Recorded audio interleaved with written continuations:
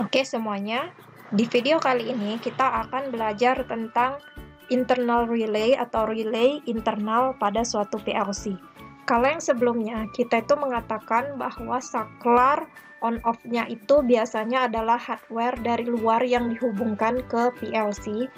Dan sebenarnya di dalam PLC sendiri itu ada saklar virtual ataupun dia berfungsi sebagai saklar, tapi dia bukan dalam bentuk hardware, melainkan dalam bentuk software. Nah, itu kita sebut sebagai relay internal. Jadi, relay internal ini, kalian jangan bingung, karena pada beberapa PLC itu, dia memiliki istilah yang berbeda-beda. Ada yang PLC tersebut menggunakan istilah auxiliary relays, ada yang menggunakan istilah sebagai markers, flags, coils, and bit storage. Tapi intinya sama. Intinya dia itu seperti saklar, tapi tidak berupa hardware, melainkan berupa bit ataupun berupa software. Jadi dia tidak ada hardware-nya, tidak ada bentuknya secara fisik, tapi dia bentuknya itu dalam bentuk bit dan perilakunya itu sebagai saklar ataupun relay. Nah, untuk dapat menghidupkan internal relay, maka kita butuh adanya suatu inputan. Kapan kita mempergunakan internal relay ini? Jadi, internal relay ini kita pergunakan ketika kita mempunyai alat yang di situ ada tombol on-off-nya. Sekali kita on-kan, maka mesin itu akan bekerja, akan ada beberapa aktuator yang bekerja. Kerjanya itu secara berurutan ataupun sekaligus, dan mesin baru akan mati kalau kita stop. Artinya di dalamnya itu untuk menghidupkan beberapa mesin sekaligus, kita butuh adanya satu saklar yang bukan dalam bentuk fisik, tetapi dalam bentuk bit yang menghidupkan aktuator-aktuator tersebut. Internal relay itu biasanya dia kita pergunakan sebagai output dari suatu input. Inputnya ini tentu saja harus dalam instruksi on atau normally open. Selanjutnya, internal relay itu tadilah yang menghidupkan atau sebagai input bagi aktuator-aktuator ataupun output yang lainnya. Untuk lebih jelasnya, kita lihat penggunaannya. Kalian perhatikan di sini, ini mesin yang bakal kita program dengan mempergunakan PLC. Jadi yang seperti sudah Ibu pernah nyatakan, bahwa kalian itu harus menentukan dulu apa sebagai inputnya dan apa sebagai outputnya. Dan dalam kasus diagram tangga juga harus ada pengalamannya itu di mana, dan pengalamannya ini sesuai dengan PLC yang kalian pakai itu apa. Kita lihat terlebih dahulu apa yang sebagai input kita dan apa sebagai output kita. Yang pertama, input kita itu adalah I0,1, tombol yang off itu I0,0. Inputan yang berikutnya itu adalah kalau si sensor mendeteksi atau float switch-nya itu di I02. Kemudian untuk tangki yang kedua, float switch 2, itu di I0,3. Outputnya ataupun aktuatornya itu adalah yang pertama, adanya di situ pompa. Nah, pompa kita alamatkan dia di Q02, lalu katup. Ada katup pertama, ada katup kedua.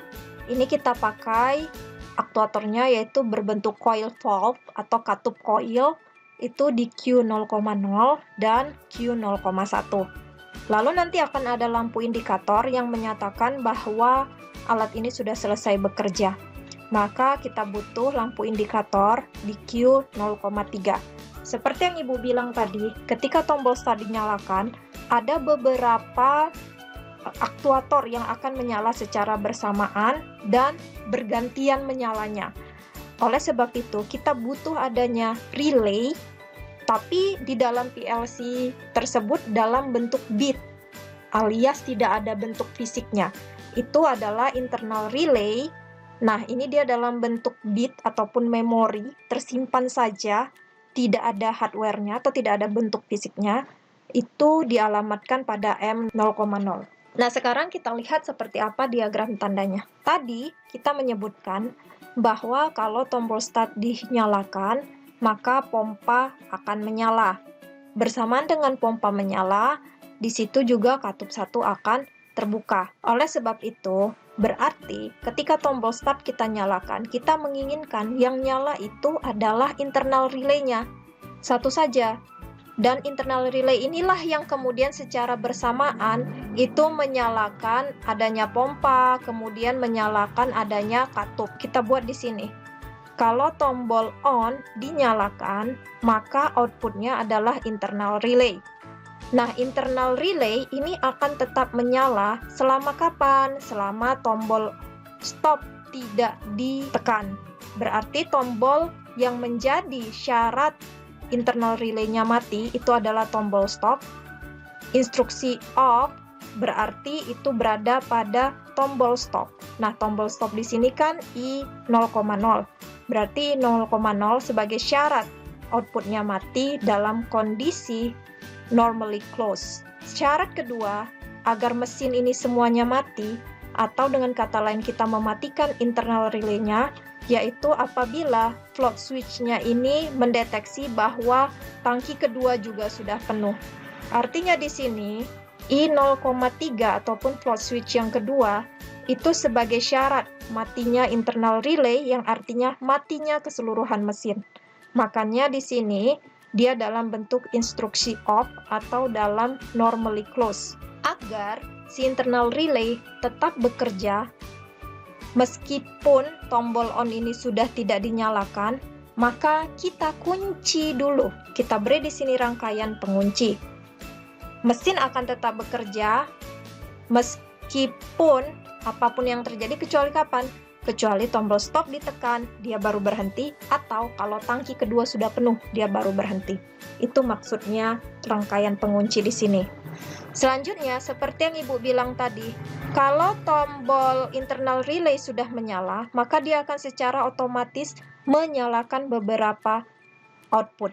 Yang pertama, yang dia nyalakan outputnya udah jelas itu adalah pompa air. Kalau ini sudah menyala, berarti ini dia akan tertutup. Kalau ini tertutup, maka pompa air akan berjalan.